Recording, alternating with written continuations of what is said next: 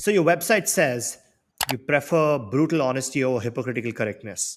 I watched your talk in Stanford, which we will link to, which is that brutal honesty is one of the luxuries that you indulge in from having some financial success, and you can say some things that other people who may have to risk their jobs to say will not. So, can you talk a little bit more about that? And what are the two, three brutal truths that you would say today about the tech industry Now, that nobody else look, would? what's important is take the VC business.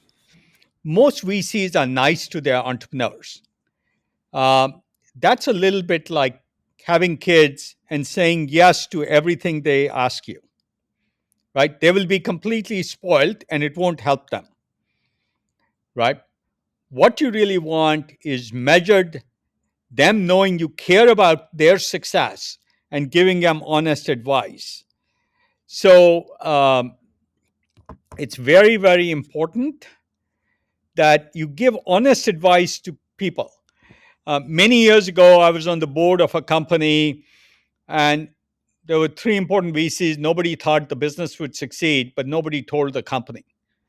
Right? They kept saying polite things, and probably 40 engineers wasted 4 years of their life because nobody would give them honest feedback.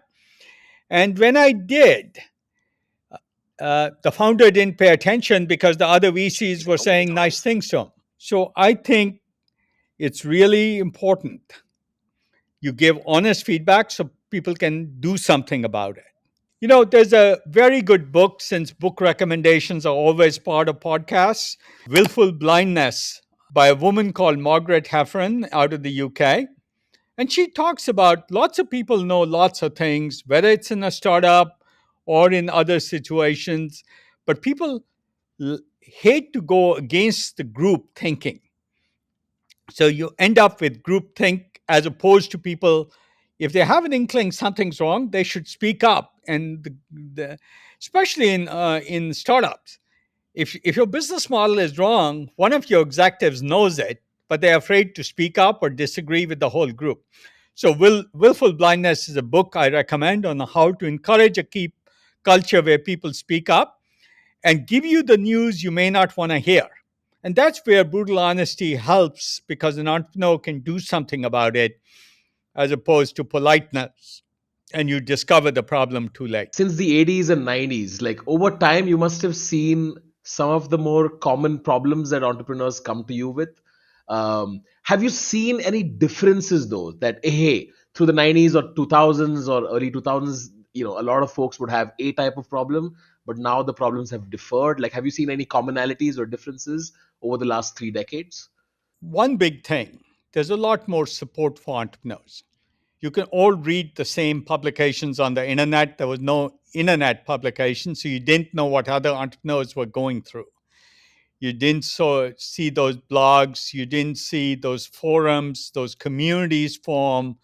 There Those were no tweets. Discord session to join. Yeah.